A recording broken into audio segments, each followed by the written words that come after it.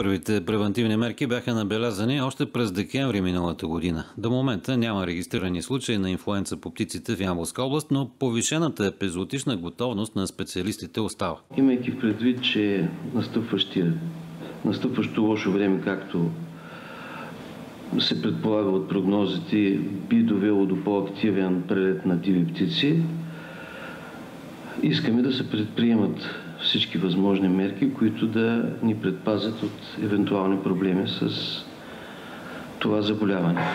Имаме забраната за изкарване на птици извън помещенията за отглеждане.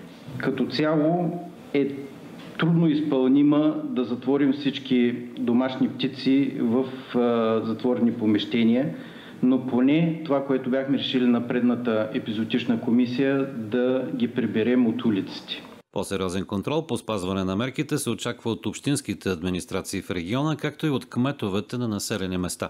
Ще помоля общините малко да заострят вниманието към птиците, които се отглеждат, домашните, по дворовете всъщност, личните стопанства, тъй като ми прави впечатление в последните няколко дни пътувах из областта и виждам на различни места пуснати покрай селата птици свободно.